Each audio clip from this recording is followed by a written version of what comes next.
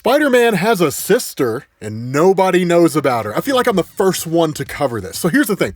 This takes place in a story called Family Business, and this opens up with Peter Parker being snatched up. Literally some Black Ops wet work stuff, like mercenaries bust in, throw a black bag over his head, attach him to a helicopter, and try to fly him away. Now, a lot of this is really him just kind of going with it, right? I mean, it's Spider-Man, enhanced strength, all that kind of stuff. And in fact, he actually breaks the rope and then ultimately just starts to fall. Now, initially they think he's gonna like die, but in the middle of all that, he actually crashes into a car, which is driven by this chick. And what's crazy here is like he immediately asks her like, who in the world are you? Because she addresses him as Peter. So as a person who's just supposedly a passerby and they have no reason to know who he is, it seems strange that they do. And she immediately identifies herself and says, my name is Teresa Parker. I'm your sister. Now here's a crazy thing about this, right? Like this girl is not just some random chick who's out there. This chick is legit. Like she's amazing. So like she's like swerving and stuff, and then she immediately realizes like we have to dump the vehicle, but they can't just simply drop it off somewhere and then leave. She crashes the car on purpose and then calls a taxi cab.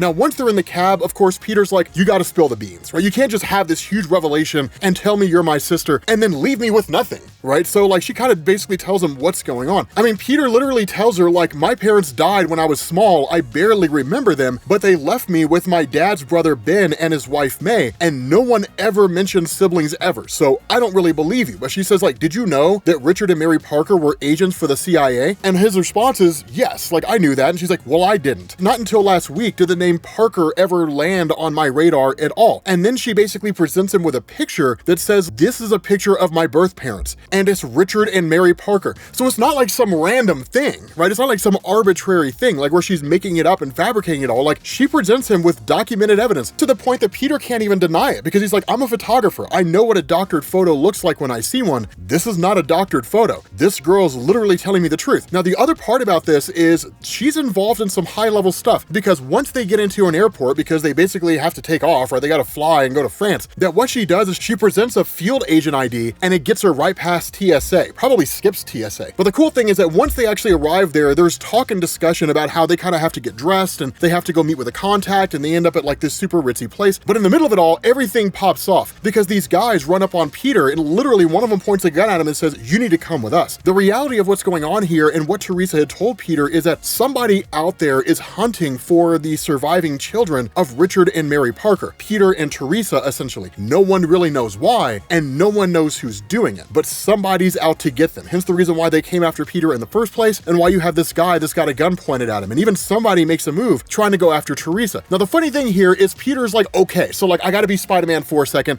Maybe I could find some way to pass this, right? So that Teresa doesn't realize that it's just a huge coincidence that Spider-Man and Peter Parker happen to be in the same place.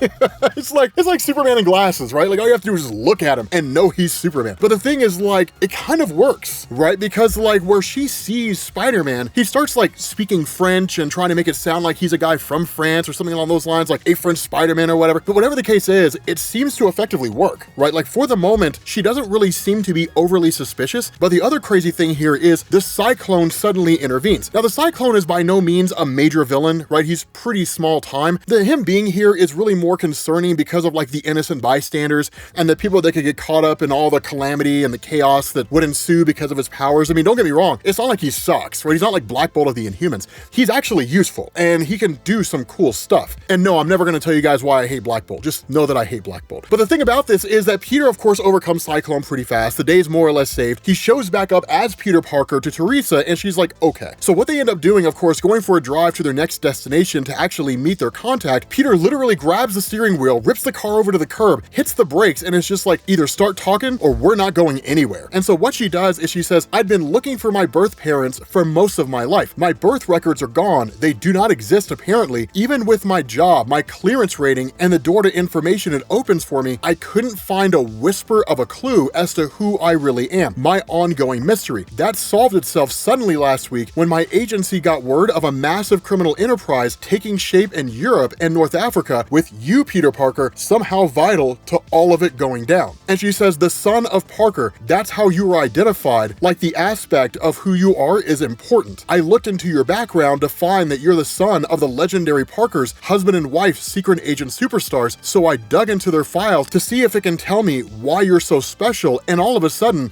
guess what I found? Conclusive records of my birth, my parents, and how I was orphaned to foster care shortly after my birth. So it's really cool that it all kind of came together suddenly for her. Now, of course, once they're back on the track, they end up meeting with this point of contact, and this person's here to really kind of point them in the direction, at least give them some indication of why people are going after them. And all this guy can really do is, of course, point out what we as Spider-Man fans already know, which is that Richard Parker and his wife were exceedingly capable, right? Like, they were just really, really good spies. But the thing is that that's really all the information he gets. Somewhere along the line, they were involved in this scheme out in the Middle East, or really out in Egypt, that involves something called the Sleeper, right? Just like this massive, gigantic robot that would be a challenge for pretty much any of the Avengers, but below that is a giant vault of gold. And that what had happened is that with Richard and Mary discovering that huge vault, that there was a kind of voice pattern lock that was put on it, so only their offspring can open it. And so that's why people are going after Peter and Teresa, because whoever it is wants access to this giant sleeper robot and also wants access to like a whole ton of money. Now, undoubtedly, you guys are probably asking yourselves the question, at what point does Teresa learn that Peter Parker is Spider-Man? Well, she does learn that, and she learns it right now, because what they do is they go to the Parker Enclave,